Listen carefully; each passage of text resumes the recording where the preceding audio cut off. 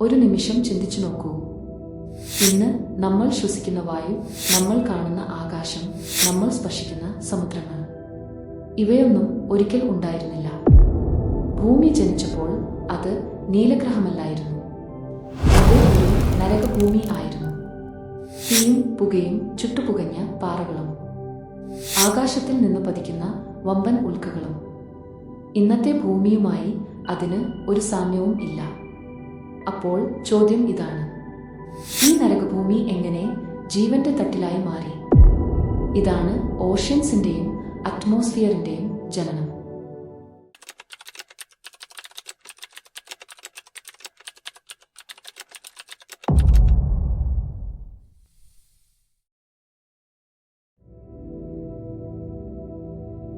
Hi, ഞാൻ ആര്യ. ഗാനഡോറിന്റെ ശാസ്ത്രലോകത്തിലേക്ക് സ്വാഗതം. ഓരോ ചോദ്യത്തിനു പിന്നിലും ഒളിഞ്ഞിരിക്കുന്നു അനന്തമായ അത്ഭുതങ്ങൾ. എന്റെ അറിവിന്റെയും അത്ഭുതത്തിന്റെയും യാത്രയിലേക്ക് നിങ്ങളെ സ്വാഗതം ചെയ്യുന്നു. ഭൂമി രൂപപ്പെട്ടത് ഏകദേശം 4.5 ബില്യൺ വർഷങ്ങൾക്ക് മുൻപ്. അന്ന് ഭൂമിയുടെ ഉപരിതലം പൂർണ്ണമായും ഉരുകിയ പാറകളാൽ നിറഞ്ഞിരുന്നു.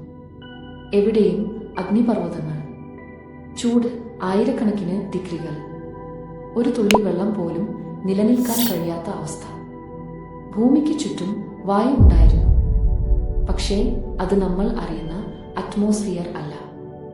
അത് വിഷവായുക്കളുടെ മിശ്രിതമായിരുന്നു. Hydrogen, helium, carbon dioxide, methane, ammonia. എന്നാൽ ഓക്സിജൻ 0. ഈ ഘട്ടത്തിലാണ് ഭൂമി ഒരു ജീവൻ ഇല്ലാത്ത കല്ലുഗ്രഹം ആയിരുന്നത്. അഗ്നിപർവ്വതങ്ങളാണ് അറ്റ്മോസ്ഫിയറിന്റെ ജനനത്തിന് കാരണം. ഭൂമിയുടെ ആന്തരഭാഗത്തിൽ നിന്ന് ലക്ഷക്കണക്കിന് വർഷങ്ങളോളം അഗ്നിപർവ്വതങ്ങൾ പൊട്ടിക്കൊണ്ടിരുന്നു.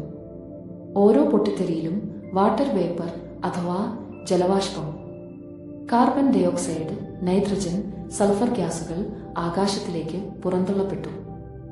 ഇതിനെ ശാസ്ത്രം വിളിക്കുന്നത് വോൾക്കാനിക് ഓട്ടോഗ്യാസിംഗ്.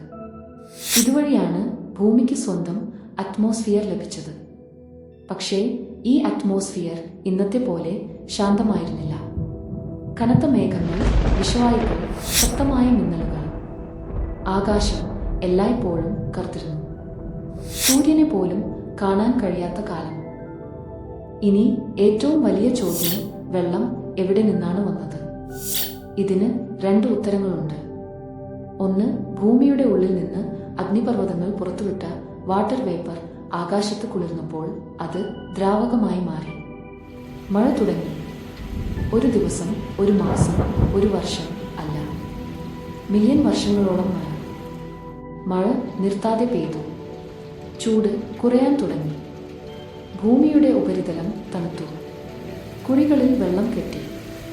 അവ കുളങ്ങളായി. കുളങ്ങൾ കടലുകളായി. 2 ആകാശത്ത് നിന്ന് അതേസമയം ധൂമകേതുക്കളും ഐസ് ഉള്ള ഉൽക്കകളും ഭൂമിയിൽ പതിച്ചു. അവയിൽ വൻ അളവിൽ ഐസും വെള്ളവും ഉണ്ടായിരുന്നു. ഈ 2 വഴികളിലൂടെയും ഭൂമിയിൽ വെള്ളം അടിഞ്ഞുകൂടി. അങ്ങനെ ആദ്യ സമുദ്രങ്ങൾ ജനിച്ചു. ആദ്യകാല സമുദ്രങ്ങൾ ഇന്നത്തെ പോലെ നീലമായിരുന്നില്ല. അവ ഇരുണ്ട നിറമുള്ളവ, ആസിഡിക് വിഷവസ്തുക്കളാൽ നിറഞ്ഞവ. സൂര്യന്റെ ശക്തമായ UV കിരണങ്ങൾ നേരിട്ട് വെള്ളത്തിലേക്ക് പതിച്ചു. എന്നാൽ അതാണ് ഒരു അത്ഭുതത്തിന് വഴിയൊരുക്കിയത്. സമുദ്രങ്ങൾ ഭൂമിയുടെ ചൂട് നിയന്ത്രിക്കാൻ തുടങ്ങി. തീക്ഷ്ണമായ ചൂട് കുറഞ്ഞു. താപനില സ്ഥിരമായി. ഇങ്ങനെ തന്നെയാണ് ജീവന്റെ വാതിൽ തുറന്നത്. ഇതുവരെ അറ്റ്മോസ്ഫിയറിൽ ഓക്സിജൻ ഇല്ലെന്ന് ഓർക്കണം. പക്ഷേ സമുദ്രങ്ങളിൽ ഒരു ചെറിയ മാറ്റം സംഭവിച്ചു.